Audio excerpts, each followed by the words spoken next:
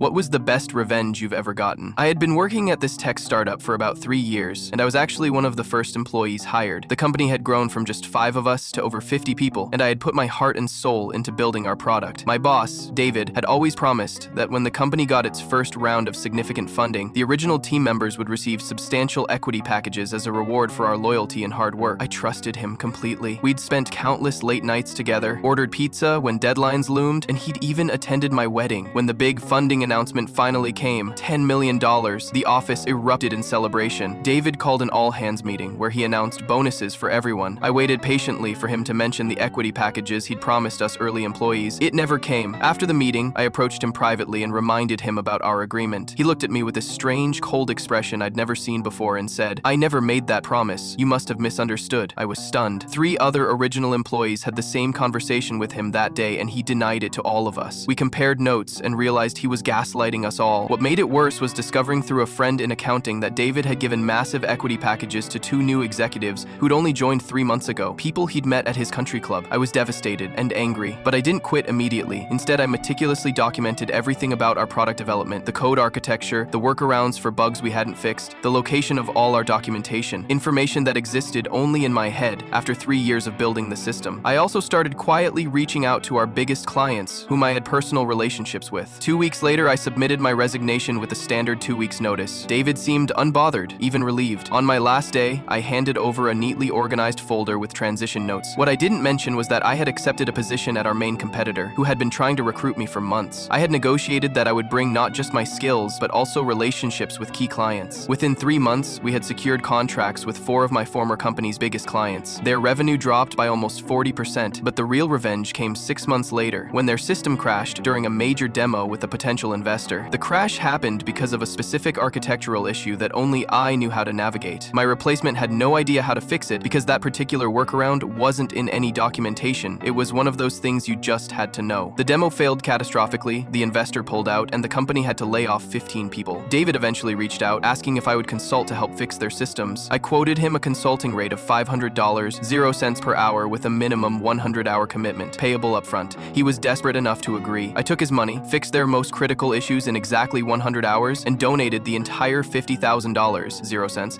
to a coding bootcamp scholarship for underprivileged kids. I made sure the scholarship was announced in the local tech newsletter that everyone in our industry reads. David saw it. He knew exactly what I had done. The best revenge wasn't just walking away. It was succeeding so dramatically that he had to pay me to partially undo the damage he'd caused himself.